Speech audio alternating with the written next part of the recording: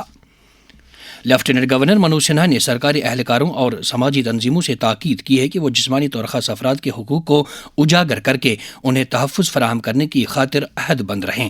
Lieutenant governor آج Padma Shri Padma Sachdev government college for women Gandhi Nagar Jammu میں جسمانی طور خاص افراد کے بین الاقوامی دن کے سلسلے میں منعقدہ ایک تقریب سے خطاب کر رہے تھے۔ کمپوزٹ ریجنل سینٹر جموں کے اہتمام سے منعقدہ اس تقریب پر بولتے ہوئے لیفٹیننٹ گورنر نے دیویانگ جنوں کے لیے UT انتظامیہ کی جانب سے عملائی جا رہی فلاحی اسکیموں کا خلاصہ کیا۔ اس موقع پر MLA Bahu Vikram Randhawa, director college Jammu Kashmir professor doctor Sheikh Ijaz Bashir اور director CRC Jammu doctor Ronika Sharma بھی موجود تھیں۔ وزیر اعلیٰ عمر عبداللہ نے آج کے دن کی مناسبت سے اپنے ایک پیغام میں کہا ہے کہ ان کی سرکار جسمانی طور خاص افراد کو ہر شعبے میں یکساں مواقع فراہم کرنے کی وعدہ بند ہے۔ ایک سوشل میڈیا پوسٹ میں انہوں نے کہا ہے کہ جسمانی طور خاص افراد شمولیاتی اور جامع سماج کی تشکیل میں اہم رول ادا کرتے ہیں۔ اس دوران سماجی بہبود کی وزیر سکینہ اتو نے کہا ہے کہ سرکار جسمانی طور خاص افراد کے حقوق کو تحفظ فراہم کرنے اور ان کی ضروریات کو پورا کرنے میں سنجیدگی سے کام لے رہی ہے۔ کنونشن سینٹر جموں میں منعقدہ ایک تقریب پر انہوں نے کہا کہ جموں کشمیر میں جسمانی طور خاص افراد کے لیے ایک جامع اور شمولیاتی نظام قائم کیا گیا ہے۔ جسمانی طور خاص افراد کے بین الاقوامی دن کے سلسلے میں سولینا سری نگر میں قائم ابھینندا ہوم میں ایک تقریب منعقد ہوئی جس میں سماجی بہبود محکمے کے کمشنر سیکرٹری سرمد حفیظ نے مہمان خصوصی کی حیثیت سے شرکت کی۔ انہوں نے جسمانی طور خاص افراد کی شراکت داری سے جامع سماج تشکیل دینے میں محکمے کے عزم کا اعادہ کیا۔ آج کے دن کی مناسبت سے والنٹری میڈیکیئر سوسائٹی کے اہتمام سے بیمنا سری نگر میں ایک تقریب منعقد ہوئی. تقریب پر سوسائٹی کے بانی صدر پروفیسر ڈاکٹر میر محمد مقبول نے اپنے افتتاحی خطبے میں جسمانی طور خاص افراد خصوصاً بچوں کی فلاح و بہبود میں سوسائٹی کے رول کا تذکرہ کیا. اس موقع پر گورنمنٹ میڈیکل کالج سری نگر کے بون اینڈ جوائنٹ شعبے کے سربراہ ڈاکٹر الطاف کاوسا، ایڈیشنل اسپیشل جج اینٹی کرپشن سری نگر مہرین مشتاق، سکمز میڈیکل کالج بیمنا کے پرنسپل ڈاکٹر فضل القادر پرے اور جی ایم سی سری نگر میں نیورولوجی شعبے کے فیکلٹی ممبر ڈاکٹر عرفان شاہ کے علاوہ دیگر کئی معروف شخصیات نے بھی اپنے خیالات کا اظہار کیا. وزیر اعظم نریندر مودی، نائب صدر سی پی رادھا کرشنن اور دیگر کئی شخصیات نے آزاد بھارت کے پہلے صدر جمہوریہ ڈاکٹر راجندر پرساد کو ان کی جینتی پر خراج عقیدت پیش کیا ہے. لیفٹیننٹ گورنر منوج سنہا نے بھی ملک کے پہلے صدر جمہوریہ کے جنم دن کے موقع پر انہیں خراج عقیدت پیش کیا ہے. ایک بیان میں ایل جی نے آنجہانی کو ایک دور اندیش سیاستدان قرار دیتے ہوئے کہا ہے کہ ان کو جدوجہد آزادی اور قوم کی تعمیر میں ایک کلیدی رول ادا کرنے کے لیے ہمیشہ یاد رکھا جائے گا. وزیر اعلیٰ عمر عبداللہ نے بھی آنجہانی ڈاکٹر راجندر پرساد کو ان کی جینتی پر خراج عقیدت پیش کیا ہے. وزیر اعلیٰ نے کہا ہے کہ آنجہانی ایک سنجیدہ، دانشور اور سیاستدان تھے. اسم اور ناگالینڈ کے یوم تاسیس کے سلسلے میں آج لوک بھون جموں میں ایک بھارت شریشٹھ بھارت کی تقریب منعقد ہوئی. اس موقع پر ایل جی منوج سنہا نے کہا کہ یہ دونوں ریاستیں بھارت کی ترقی میں ایک کلیدی رول ادا کر رہی ہیں. وزیر اعلیٰ عمر عبداللہ نے کہا ہے کہ ان کی سرکار SRO 43 اور ریہیبلیٹیشن اسسٹنس اسکیم RAS 2022 کے تحت التوا میں پڑے تقرری کے معاملات کو نپٹانے کے لیے پرعزم ہے. انہوں نے کہا کہ اس سلسلے میں تمام لازمی رعایتیں دی جائیں گی. ان باتوں کا اظہار وزیر اعلیٰ نے آج کنونشن سینٹر جموں میں ایک تقریب پر خطاب کے دوران کیا. اس موقع پر انہوں نے SRO 43 اور RAS کے تحت محکمہ تعلیم کے کنٹینجنٹ پیڈ ورکرز میں تقرر نامے تقسیم کیے. اس موقع پر تعلیم کی وزیر سکینہ اتو، امور نوجوان کے وزیر ستیش شرما، وزیر اعلیٰ کے مشیر Nasir Aslam Wani, general administration department کے commissioner secretary M Raju, divisional commissioner Jammu Ramesh Kumar اور سیکرٹری ایجوکیشن رام نواس کے علاوہ دیگر کئی افسران بھی موجود تھے. اس دوران وزیر اعلیٰ کی صدارت میں آج جموں میں کابینہ کی ایک میٹنگ منعقد ہوئی. میٹنگ میں جموں کشمیر کی تعمیر و ترقی اور انتظامی معاملات سے جڑے مختلف پہلوؤں پر تبادلہ خیال ہوا. میٹنگ کے بعد صحافیوں کے ساتھ بات کرتے ہوئے وزیر اعلیٰ نے کہا، بہت چیزوں پہ باتیں ہوئی.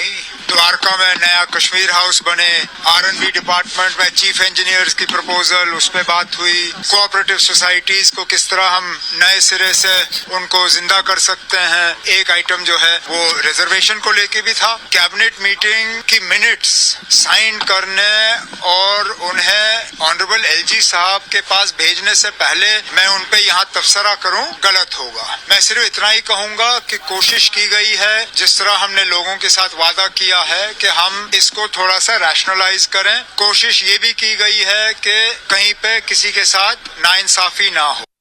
دریں اثنا وزیر اعلیٰ نے آج جموں میں ایک میٹنگ کے دوران مشن یووا کی عمل آوری کا جائزہ لیا. دیہی ترقی کے وزیر جاوید احمد ڈار نے کہا ہے کہ دیہی پروگراموں کے تحت قائم کیے گئے اثاثوں کو عوامی مفاد اور بہبودی کے لیے استعمال میں لایا جانا چاہیے. جموں میں آج ایک میٹنگ کے دوران وزیر موصوف نے MG نریگا، پردھان منتری آواس یوجنا گرامین، سوچھ بھارت مشن گرامین اور دیگر کئی مرکزی اسکیموں کی عمل آوری کا جائزہ لیا. ڈویژنل کمشنر کشمیر انشل گرگ نے کشمیر صوبے کے سبھی ڈپٹی کمشنروں کے ساتھ ایک میٹنگ کے دوران مختلف انتظامی معاملات کا جائزہ لیا. میٹنگ میں زیر تعمیر BSNL ٹاورز پر کام کی پیش رفت، عوامی شکایت کے نپٹارے اور دیگر کئی معاملات پر بھی تبادلہ خیال ہوا.